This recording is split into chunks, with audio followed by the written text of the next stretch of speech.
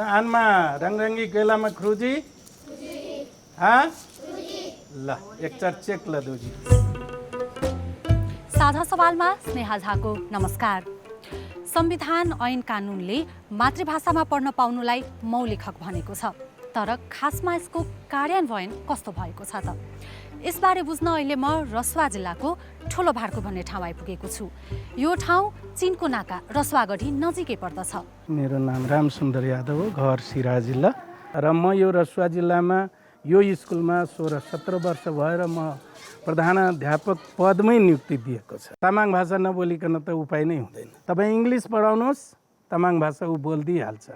मैले भीमसेन आधारभूत विद्यालयको आँगनमा छु। मसँग अहिले यसै विद्यालयका शिक्षक शिक्षिका र अभिभावकहरू पनि हुनुहुन्छ। मेरो नाम सङ्गीता तामाङ, छोरा एकजना छ, भर्खर बाल विकासमा पढिरहेछ। यहाँ तामाङ भाषा पनि बोल्छ। तामाङ भाषा बोलेन भने फेरि उनीहरूले घरमा तामाङ भाषा बोल्ने, स्कुलमा नेपाली भाषा बोल्ने फेरि कुरा बुझ्दैन उनीहरूले। तामाङ सिकाउने मिस पनि हुनुहुन्छ। नमस्ते, मेरो नाम पेमाङ तामाङ। मैले यहाँ पढाउन थालेको चाहिँ जाइरहेको 21 वर्ष भयो। यहाँ पढाएको चाहिँ 16-17 वर्ष लाग्यो।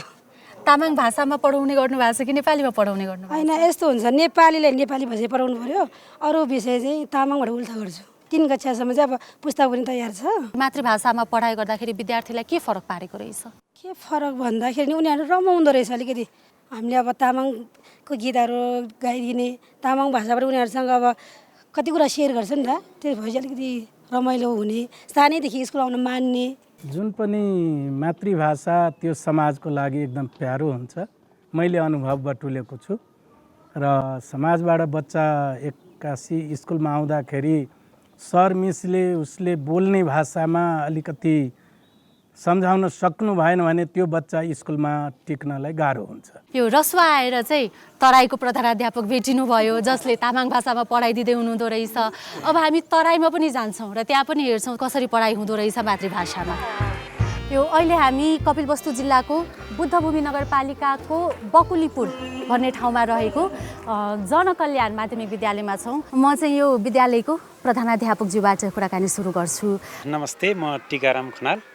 हाम्रो विद्यालयमा विगत विक्रम सम्वत 2065 सालदेखि यो बहुभाषी शिक्षा कार्यक्रम सञ्चालनमा रहेको थियो र विगत 2073 पछि फेरि यो कार्यक्रम अहिले चाहिँ रोकिएको अवस्था छ। किन नि?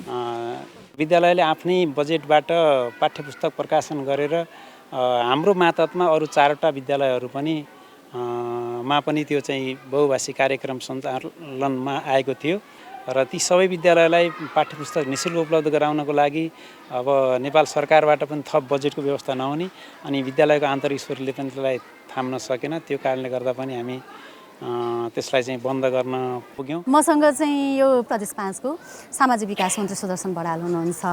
बच्चाहरूलाई खास गरिकन 3 कक्षासम्म पढ्ने साना बच्चाहरूका लागि चाहिँ आफ्नो मातृभाषामा अध्ययन गर्न पायो भने सिकाइको प्रक्रिया पनि त्यसको तीव्र हुन्छ अरूको भन्दा। सुरुमै भाषाकै कारणले चाहिँ विद्यार्थीहरू स्कुलसित डराउने जुन मनोविज्ञान तयार हुन्छ, शिक्षक देख्दा डराउने, त्यसले पढ्ने भन्ने सजिलो कुरा हो भन्नेमा लगिदिन्छ। संविधानले मातृभाषामा आधारभूत शिक्षा लिन पाउनुलाई मौलिक अधिकार भनेको छ, तर यसको कार्यान्वयनको अवस्था कस्तो छ त? यसबारे बुझ्न म शिक्षा तथा मानव स्रोत विकास केन्द्रका महानिर्देशक बाबुराम पौडेललाई भेट्न गएँ। नेपाल बहुजाति बहुभाषिक मुलुक हो। झन्डै 123वटा भाषाहरू चाहिँ नेपालमा बोलिन्छन्।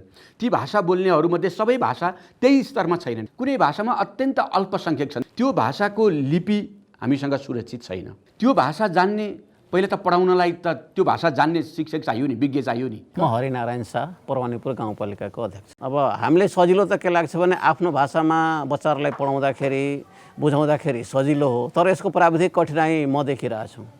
अब करिकुलम नै राखेर भोजपुरी भाषामै तपाईँ 1 देखि 5 सम्म पढाउन थाल्नुभयो भने 5 देखि माथि गएपछि उसले कुन भाषा पढ्ने हो? र नेपाल सरकारको नीति मैले कहीँ पनि त्यस्तो देखिनँ कि भोजपुरी भाषा पढेर गइसकेपछि उसको लागि सबै कुरा भोजपुरीमै राखिदिएको मैले अझै पनि कतै देखेको छैन। म सरस्वती चौधरी, जितपुर सिमरा उपमहानगरपालिकाको उपप्रमुख। जस्तै जागिरमा इक्जाम दिन जाँदाखेरि पनि अब त्यो भाषा भोजपुरी भाषामा उसले पढेको छ, शिक्षा लिएको छ भने भोजपुरी भाषामा क्वेसनहरू आउँदाखेरि न उसले परीक्षाको त जाँच दिन सकिन्छ। अन्तर्वार्तामा अब सरिक हुँदाखेरि उसले अन्तर्वार्ता दिन पायो, सक्यो। नभए नेपाली भाषामा क्वेसनहरू आउँछ, लोकसेवा आयोगको या हरेक पहुँचमा सबै चिज नेपाली भाषामा हुन्छ, अङ्ग्रेजी माध्यममा हुन्छ। तर उसले पढाइ शिक्षा लिएको छ भने भोजपुरीमा, त्यो अलिकति सुटेबल हुँदैन। अब पनि आजको कार्यक्रमबाट हामी सबैलाई बिदा दिनुहोस्।